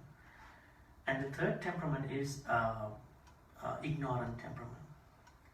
Like there are people who always yes to everything, managing things, what's going on. Delusional temperament. The fourth one is extremely faithful temperament. Always say hey to everybody, right? There are people yes to everybody. Oh yes, let's go for casino. Yeah, let's go. Let's drink today. Let's drink all the things what you can drink. Let's go to whatever dancing. Yeah, let's go there. Yes to everything, bad and good and everything. There's no filtration. And there is the temperament. The fifth temperament is called extremely intellectual. Right? And he or she does not care about this side. There's no how do you call that? There's no calmness here, no calmness. Just make decisions just from the intellectual part, which will ruin many people, hurt many people. As I told you yesterday, intellectual part and the heart part, they both have to be worked in tandem when you make a decision to best work. The last temperament is called ruminating temperament. He or she can make a decision. Like in our culture, it happens to many, right? When you want to make a decision, you call your friend, first friend, second, third, fourth, all the friends, all the relatives, all the people. You never come to a decision conclusion. Still you are thinking after getting all the opinions. Where are you? You have never thought for you. You're asking everybody out there. Right? Ruminating temperaments. So there are specific meditations for all of these people. Actually, the third temperament, which you call delusional, ignorant one, and the last one, they are being prescribed the breath meditation to feel themselves, who they are. And for the angry temperament, it's a loving kindness meditation. And the first temperament, passionate one, it's prescribed the meditation on the 32 bodily parts. And there is no big desire for the body. There are people who always go after beautiful, beautiful, beautiful figures, and they never think that this is what is happening to the same thing, right?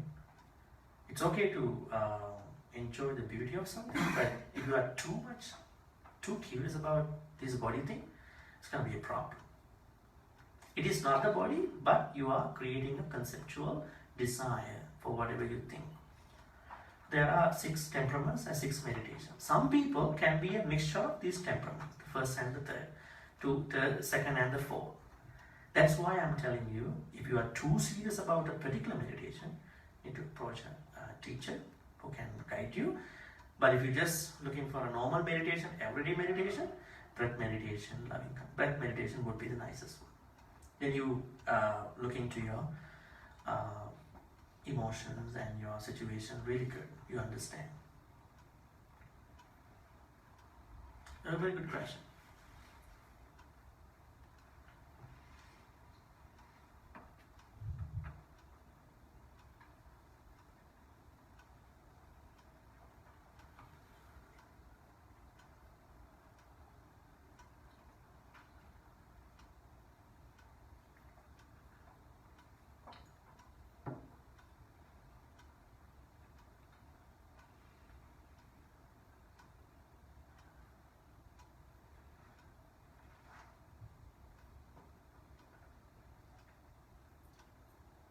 We can have another one question and then we can go into the last part of this session.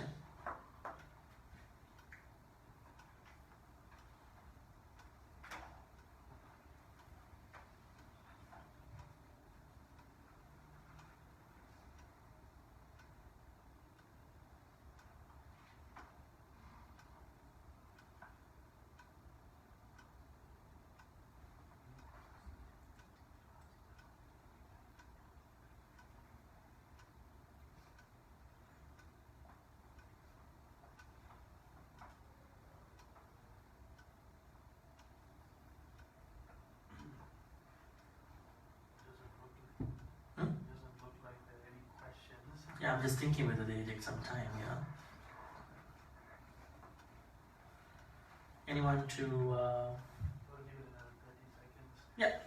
30 seconds, not a debate though.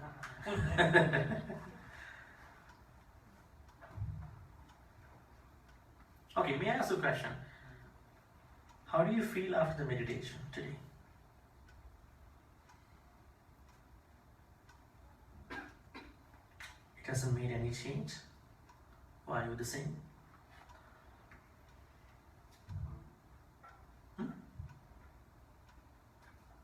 Yeah. Just calm down a bit. Calm down a bit. How big?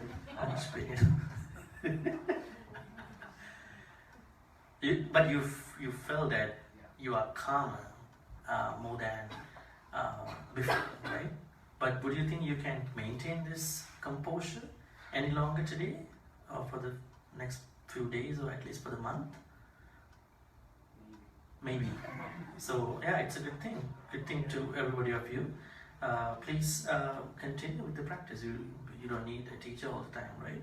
You can do the same meditation whenever you can, because you're spending too much time for other things, right? Sometimes they are not really worthy enough, right?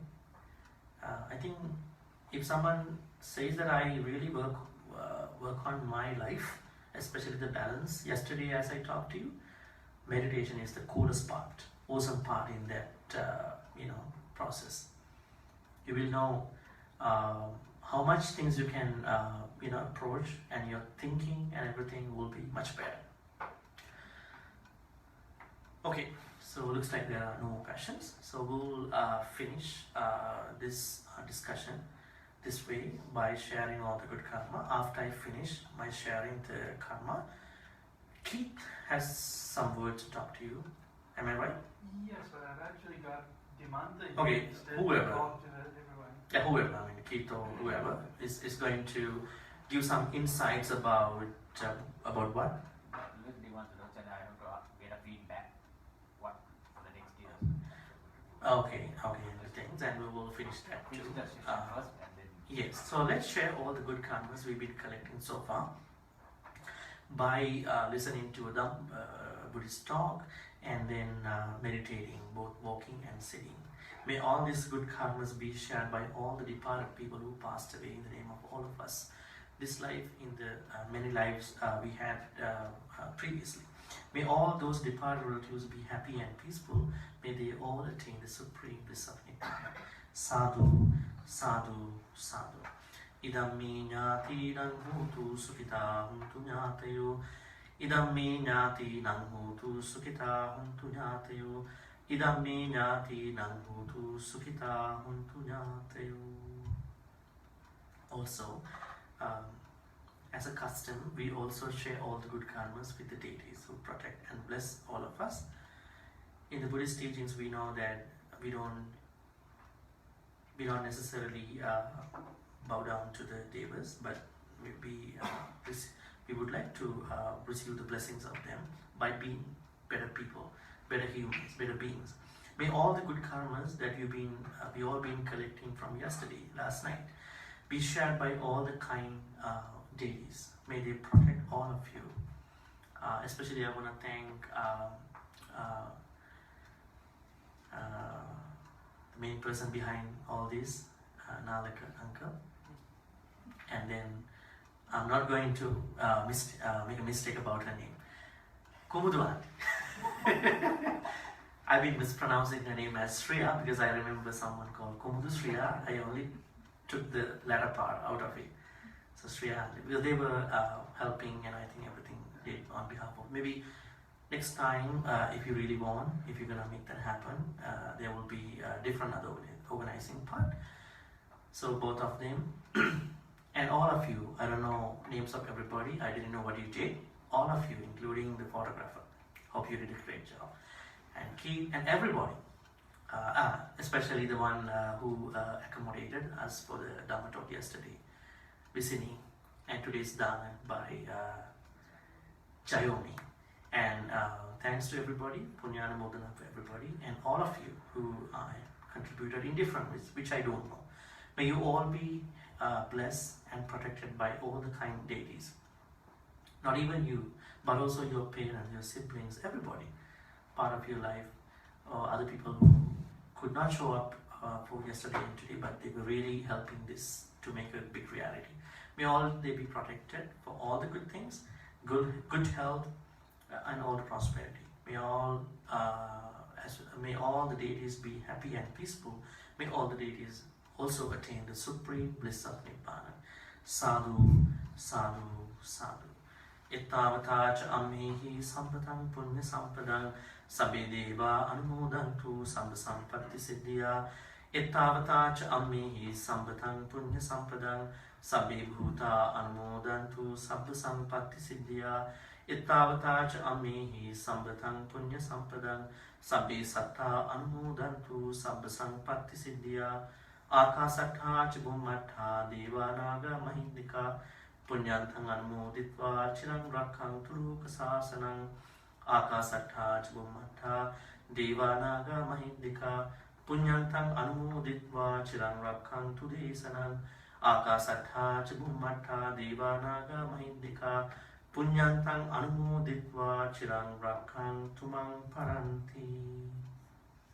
Okay, finally, let's make a great wish. May all the good karmas we being collected so far help all of us to attain the supreme bliss of Nibbana. Sadhu, sadhu, sadhu. Abhivadana siris nichang baddha prachayino chattaro dhamma vaddhanti ayuvannu sukhang balang ayurarogya sampatti sagga sampatti mevacha ato nibbana sampatti iminate samichatu. Sadhu, sadhu, sadhu. Okay. Who's gonna give some announcements to other people? Here.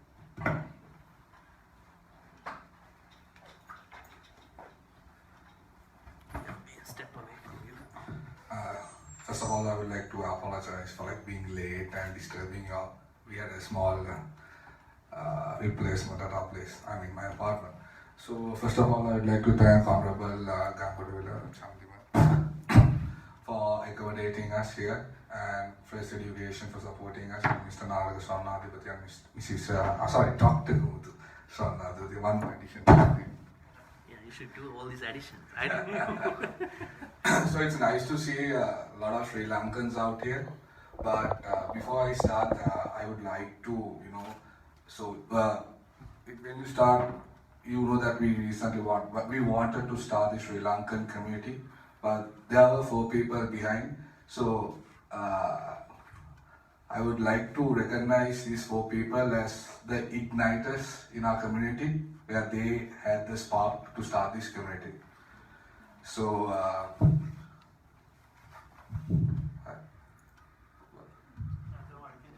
okay. So I'm sorry, I'm bad remembering surnames, so I'll go with the names. Ladies first. So it's Vishmi, Sandali, and Jayomi. Thank you, Aki, and thank you, it should be Nangis. So for getting us through to the uni and getting this place done, and Adunaya, he had been there for all over. So I would like to name them as the 4 igniters in this community. They're like the elders here. Yeah, and our proper elders would be Mr. Nalaka Swarnadhipati and Mrs. Kumudu Swarnadhipati. I believe you can join us as the spiritual advisor, like the life counselor in our society. Get some thoughts about it. Yeah, sure. So we are going to do this in a very different way. I'm very bad at speeches. I hope everyone can understand English, right? Yeah? Okay. So because I'm bad at giving in English, so I'm signaling Katagana. So මෙතන ඉන්න ගොඩක් කට්ටිය මට ඊයේ තමයි හම්බුනේ. සමහර කට්ටිය යුනි එකේ හම්බෙලා තියෙනවා. මම මෙතනට මේ කැම්ලුප්ස් වලට ඉතින් මට එක යාළුවෙක්වත් හිටියේ නැහැ. අර හිටියේ එකම යාළුවා මගේ රූම්මේට් සචින. මම දැනගලත් තිබ්බේ නැහැ. හරි. ඒ අපි දෙන්නගේ තිබ්බ කනෙක්ෂන් එකට අපි එන්න කලින් ගෙවලුත් අපිට හොයලා දීලා ඔක්කොම කරලා සෙට් කරලා මගේ පළවෙනි යාළුවා කැම්ලුප්ස් වලට ආවම සචින. සජීවන දැන් ඉඳි දන්නවා මම මොනවාද කරන්නේ මොනවාටද හැරෙන්නේ මාත් දන්නවා මොනවාටද හැරෙන්නේ අපි දෙන්නගේ කනෙක්ෂන් එක යනවා ඊට පස්සේ හම්බුන අනුරාධත් මගේ Facebook එකේ කමෙන්ට් කරා මම කරලවත් තිබ්බේ නැහැ ආවා එයා කවුද විශ්මි මට රැන්ඩම්ලි හම්බුනේ ගොඩක් කට්ටිය මට මුණ හම්බුණා. ඒතකොට මෝක්ෂ කතා කරන් යනකොට ඕගොල්ලන්ගේ ලංකාවේ න්යාලු ඔක්කොම මගේ යාළුවෝ. කොහෙන් හරි කනෙක්ෂන් එකක් තියෙනවා. So මේ කමියුනිටි එකේ මම ගොඩක් මට අවුරුදු 25ක් විතර යනවා පොඩ්ඩක් නාකි. එච්චරම නාකි නෑ. but මම වැඩ කරලා තියෙනවා ලංකාව වටේම වැඩ කරලා තියෙනවා. මම jobs 10කට විතර වැඩ කරලා තියෙනවා. හැබැයි මම earn කරපු එකම දේ ඇවිල්ලා මිනිස්සු. connections. So mama believe කරන දේ තමයි connections. Your network is your net worth. So මට අපි හැම එක්කෙනා යන තමයි එක connections තියෙනවා. ලංකාවෙන් වෙන්න පුළුවන්, ටොරන්ටෝ වෙන්න පුළුවන්, ඕස්ට්‍රේලියාවෙන් වෙන්න පුළුවන්, චයිනාවෙන් වෙන්න පුළුවන්. ඒ connections අපි හරියට පාවිච්චි කරොත් අපි දන්නේ නැහැ කොයි වෙලේද life එකේ connections අපිට ඕන වෙන්නේ කියලා. මට instance එකකින් මම වැඩ කරපු company එකේ managers-ලත් එක්ක අපි එළියට ගිහලා ඔක්කොම ගාලා මාසෙකින් මගේ තාත්තගේ අලුපු පුටු වෙනවා company. So එක connection එක තරහතරම් වල connections තියෙනවා. There can be good connections and bad connections. So අපි මේ community එකේ බලා අපි expect කරන්නේ ඔක්කොම වලටම set වෙන්න. ලංකාවේ වචනෙන් කිව්වොත් set වෙන්න. ලංකාවේ තරම් community එකක් නැහැ set වෙලා enjoy කරලා සින්දුවක් කියන්න මේක මොනවාද මේ profit බලාගෙනවත් මුකුත් කරන එකක් නෙමෙයි. අපි මේ වැඩ පිළිවෙල කොහොමද කියලා කියන්නම් ඉස්සරහට. අපිට ඕනේ කට්ටිය ඇවිල්ලා hina වෙලා සින්දුවක් කියලා සමහරලාට ඕගොල්ලෝගේ එක gangs තියෙන්න පුළුවන්. right inside jokes දැන් මගේ roommate ගේ තියෙන inside jokes නෙමෙයි මේ කට්ටිය එක්ක තියෙන. so අපිට ඕනේ community එක build කරන්න. remember that we are like tourists in this country. අපි කොච්චර අසල ලංකාවේ සුද්ධිව දැනගන්න කවුද කියලා බලන්න. so ඒකම ඔයගොල්ලෝ expect කරන්න ඔයගොල්ලෝ කැනඩා වල ඉන්නේ සුද්ධව ඉන්නවා. right so we are expats. anyone had about internations? Have you ever been into internations community? No? So it's an expat community. So every connection. So we want this society to be a, like an expat community where we give back to the society through the university. So a current podi connections are in the Dantama Visipah Tiakina. I will like WhatsApp, Facebook, that join another. So we community copy done at the Goda contain. So we copy Bill Kerala, Ekata Innegatamai with a current, with a good man. So Okani can join in the WhatsApp group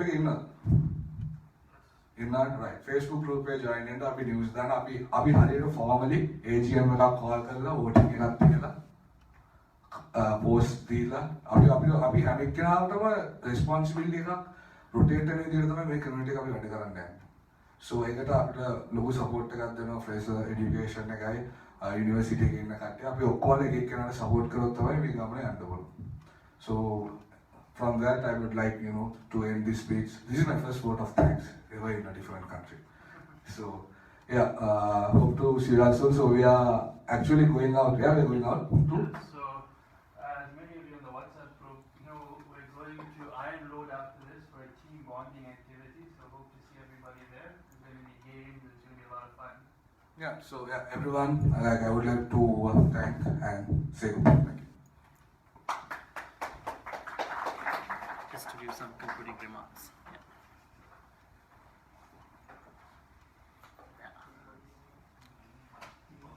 දැන් අපි මේක සිංහලට ආරෝපු හින්දා මම හිතන්නේ මමත් සිංහලෙන්ම කතා කරන එක හොඳයි.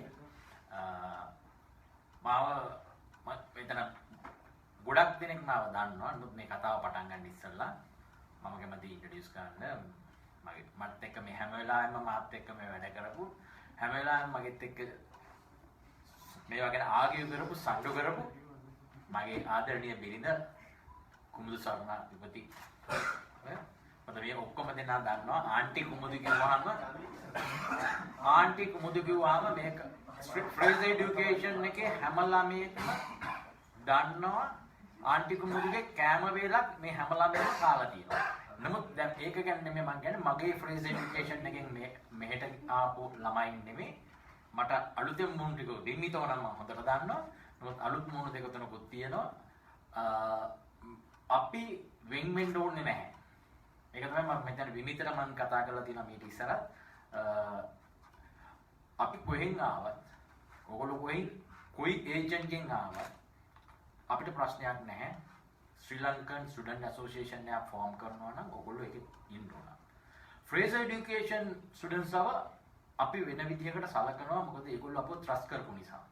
අපි ඒගොල්ලන්ට පොරොන්දුවක් දීලා තියෙනවා ලංකාවේදීම ඕගොල්ලන්ගේ ජීවිතේ ඕගොල්ලොත් එක්ක හැම වෙලාවෙම අපි මේ ගමන යනවායි කියලා. එතකොට ඒගොල්ලන්ගේ ඉමෝෂනල් ප්‍රශ්න හැම වෙලාවෙම අපි ඕගොල්ලොත් එක්ක හිටියා ඉදිරියටත් ඉන්නවා.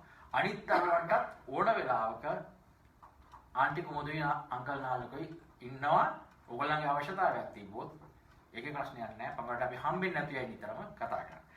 ඊළඟ කතාව තමයි අපි මේ වැඩසටහන පටන් ගන්නකොට අපි දැනන් ගියේ නැහැ කොහොමද කරන්නේ කියලා. මොකද හම්දුව දන්නව මෙතන කියන්නේ මම හාමුදුරුවන්ව අඳුරනවා අවුරුදු ගාණක් තිස්සේ ඒ වුණාට මම බෞද්ධ කටයුතු ගැන එච්චර දැනුමක් තියෙන කෙනෙක් නෙමෙයි. ඉතින් අපි මේ වැඩේ පටන් ගත්තේ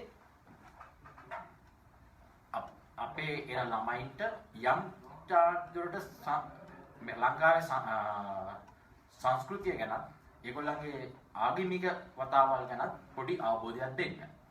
ඉතින් කරුණා කරලා අපි බලාපොරොත්තු වෙනවා මේක ලබන අවුරුද්දේ මේ විදිහට පවත්වාගෙන යන්න වාර්ෂිකව පුළුවන් නම් පවත්වාගෙන යන්න කරුණා කරලා අපිට අපි අතින් මීට වැඩි ලබන අවුරුද්ද හොඳ කරගන්න කරුණා කරලා ඔයගොල්ලන්ගේ ෆීඩ්බැක් එක අපිට දෙන්න.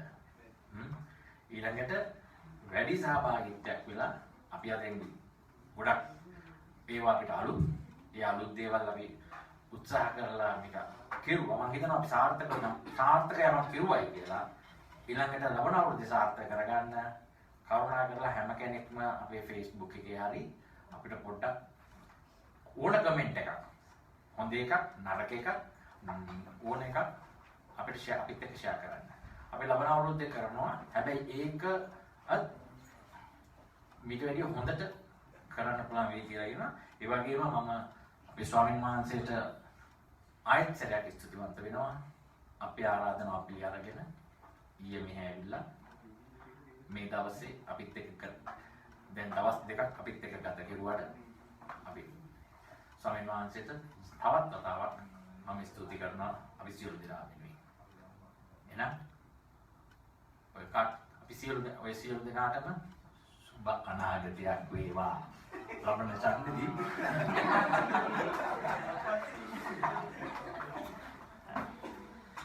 හොඳයි එහෙනම් අපි මේ ටික අස් කරගමු නේද? What time we have to give back to the hall? Why?